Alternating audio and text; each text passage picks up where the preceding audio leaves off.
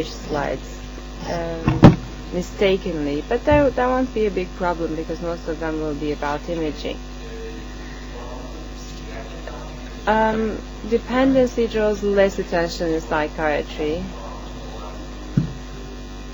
considering the group of addicts. There is a thought that these addicts are different from normal population. Now this is changing. This is on a change, but it's usually these media news, like the case of Kate Moss, that draw people's attention, or Miss America losing the tiara because of cocaine, and Donald Trump stands up and says, "I give her back the tiara because that was mine." That's when the media pumps these news and people get interested. But this is not the case, really. It really does affect people's lives in a very adverse manner. Thanks to the epidemiological data, over the past 4 or 5 years, we are focusing more on the treatment and are showing some progress. The DSM-4 criteria are usually about tolerance and abstinence, but looking at the behavioral patterns, I have a more neuroscience perspective, but one of the biggest problems is that people fail to reduce on these drugs or stop using them, even if they want to. That's why they were always taught not to have any will, or because although they were harmed to greater extent, they continued using drugs, using substances. Until 1970s, it was thought that substance abuse had to do with people's wills, and people were blamed. But after the 1980s, Nora Vogel and her team made a series of studies to reveal that substance abuse has not anything to do with person's will, and it's an entirely different process outside person's will. Vita Goldstein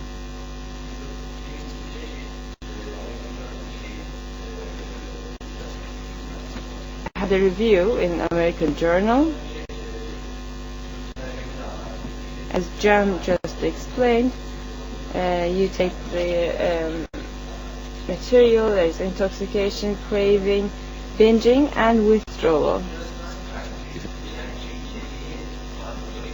But what does it cause in the brain? I mean, why is this process happening this way? What are the changes in the brain? We are now receiving more detailed data. In fact, more than multiple centers are affected in the brain, and it's very difficult to restore or return to the previous. This is called impaired response inhibition and salience attribution. I will discuss why it's called salience attribution. There may be 4 circuits we can mention.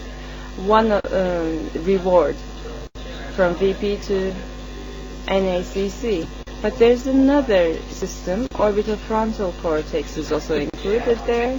It has got to do with attribution of meaning, and the medial orbital frontal cortex and lateral orbital frontal cortex.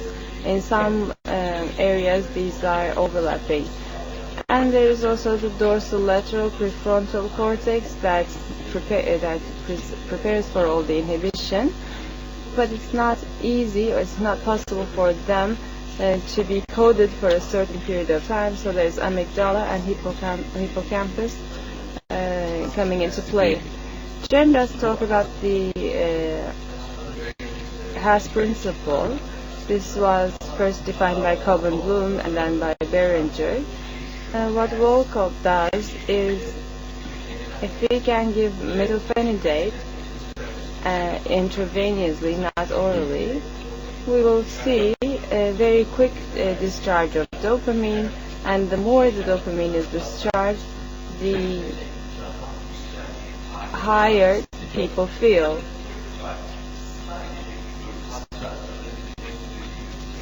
just a group of patients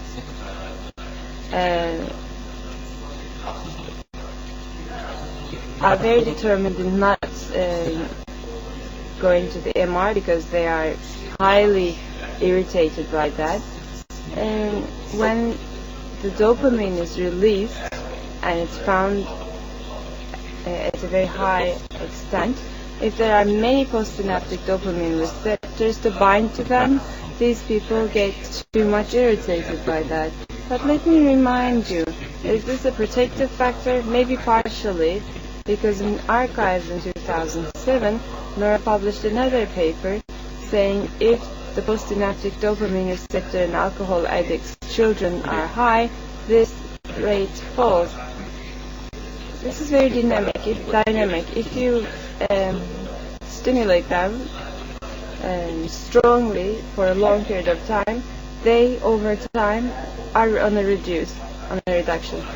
If dopamine is released many times, postsynaptic dopamine receptors reduce, and it's not only that, dopamine release is reduced.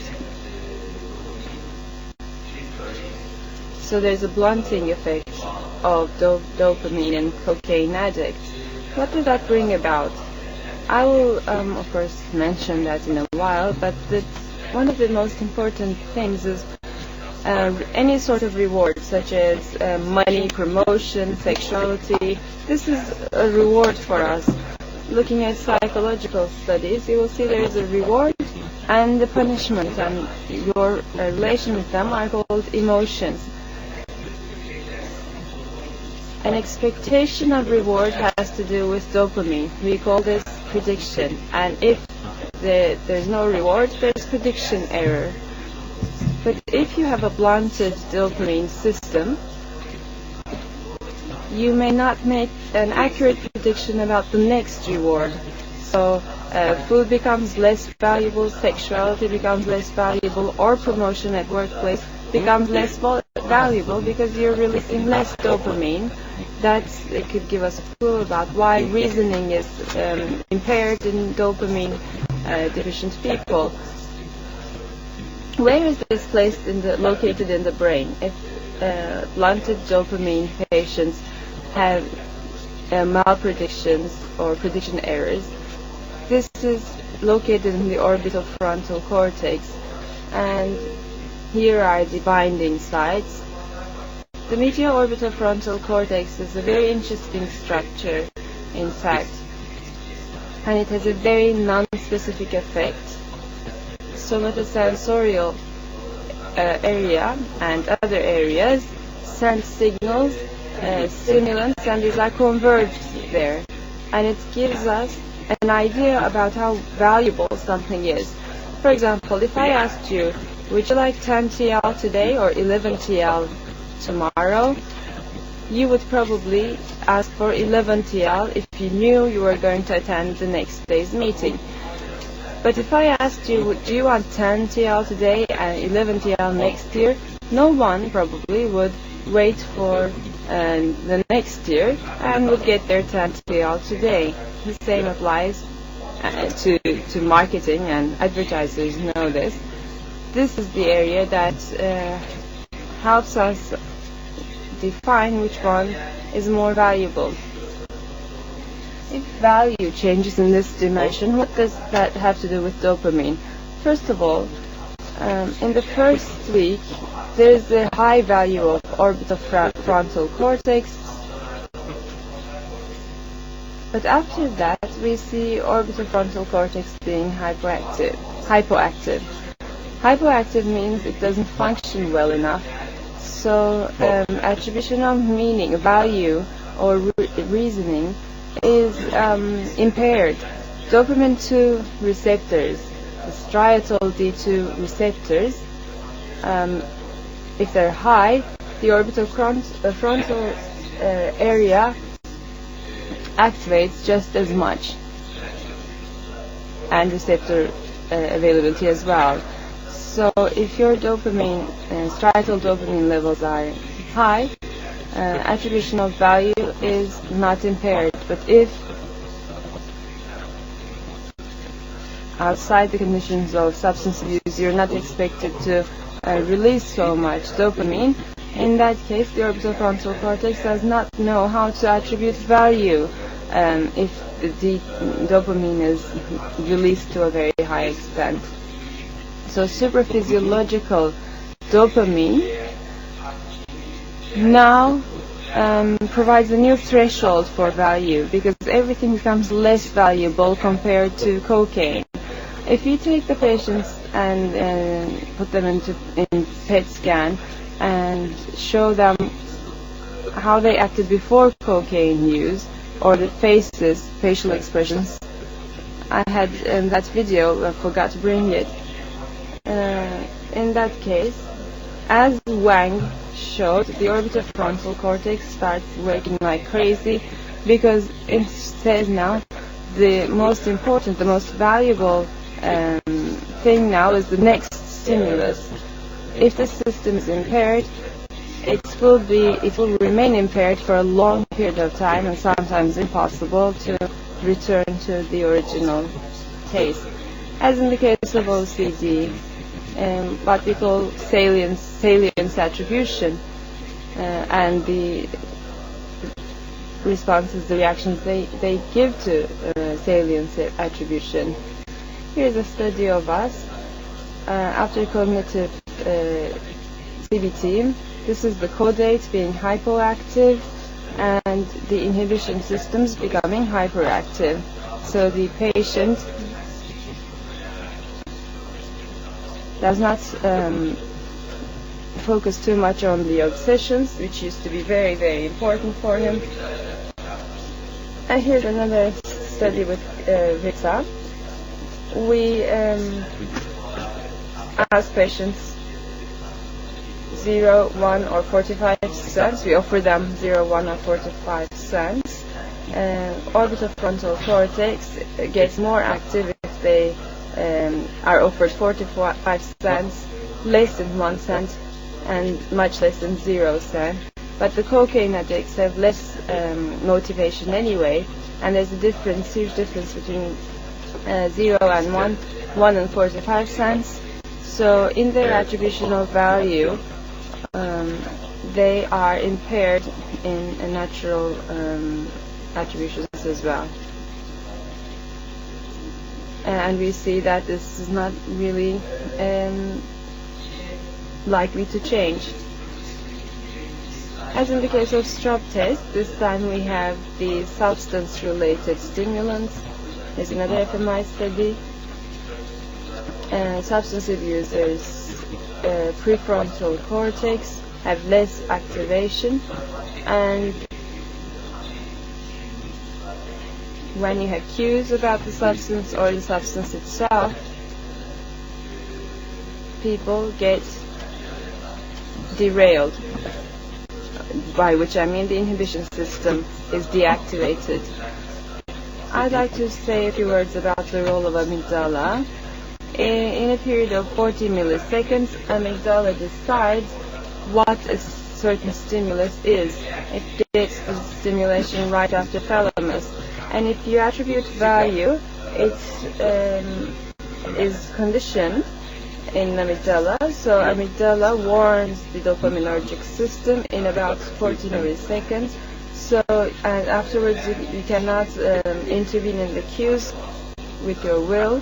Once a person gets the substance addict and sees the smallest cue, in 40 milliseconds, addict starts releasing dopamine, and that triggers craving, the craving mechanism Jem talked about, and in a short time inhibitory systems are deactivated and the person is activated. It takes about 8 seconds for a person to decide and to act on it, and we realize that we've given a decision after only 8 seconds, and this is too long for us to inhibit this decision. Finally, we took a group of Brookhaven cocaine addicts. These are too technical. This slide set is very, very technical, so I'd like to skip some of them. But I'd like to share with you some data. 25 cocaine people cocaine addicts, and there's a control group of 25. They're age matched, their education is okay, their intelligence is a bit different. Most of them are African American, and this is the amount of cocaine they use per month, $1,600 approximately, and for that money to accumulate they have to do some buying and selling, and most of these patients have used cocaine. 76% have urine tests proving to be positive, so over the past 1 week they've used cocaine, and we checked which segments in their brain are changing. Let's skip these technical parts.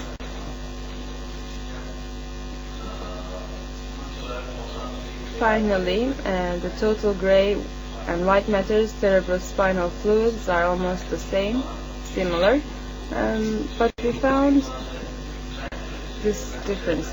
The ventral lateral prefrontal cortex of cocaine addicts have a bit more gray matter in right here.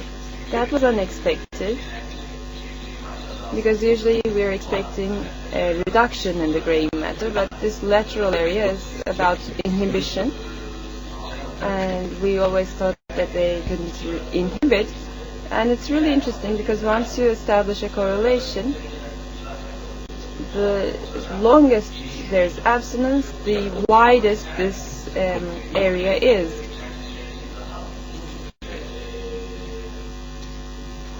Maybe that could explain why some cocaine addicts can refrain from cocaine for a longer period of time.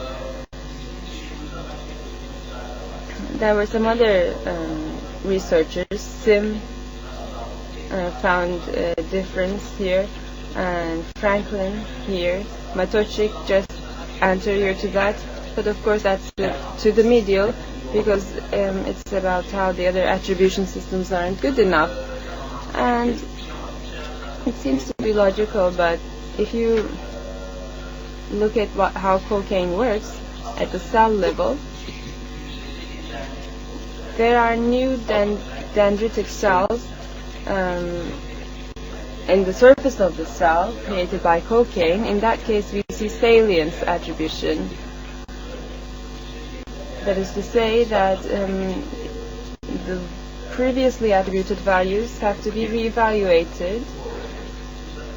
Maybe this is due to their using cocaine for a short time, and that points out to how neuroplasticity is changing in the brain, but we don't know how to restore it or return to the original situation. Basal ganglia are on an increase. Hippocampus and dorsal cingulate cortex have diminished gray matter levels. I'm not going to go into its details because I think I'm running out of time. As a summary, we found BA11 unexpectedly. I'm sorry, the speaker says 47. It has to be 47. We found an enlargement of BA47, but the largest BA47, the longer the period of abstinence, so maybe there is an inhibition in place. We found an expected enlargement in basal ganglia and shrinking of amygdala. Even in the short term, if people use cocaine, there is a serious change of neuroplasticity in the brain shown by us and other researchers. These changes probably will bring about problems of using these substances for a longer period of time. When people are exposed to cues, they fail to control themselves and end up using the substance once more, and maybe, as Nora claimed, this could be regarded as a disease. There are genetic factors involved as well. Thank you.